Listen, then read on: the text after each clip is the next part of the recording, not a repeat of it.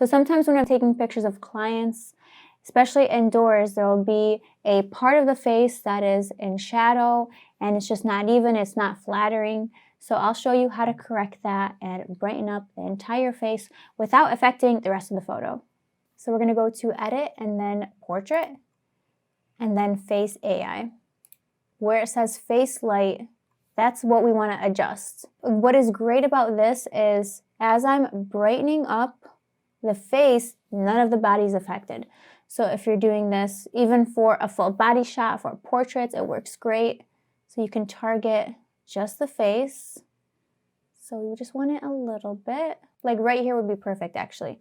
And I'll toggle this on and off to show you what a difference that made.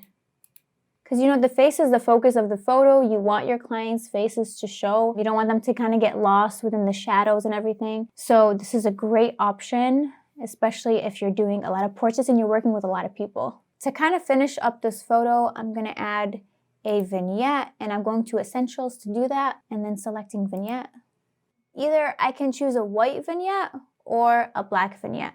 I think for this one, I actually kind of like the white. Kind of fits this photo especially. And the thing that I like about this is you can choose the subject. As I'm clicking, it's kind of spotlighting where the vignette will focus on. If I bump up the amount here, you'll be able to see it better. As I'm clicking, it's changing up where the spotlight is going to be. So I want it to be on her face and kind of like in the center right here. So I'm going to finalize this and then just decrease the amount.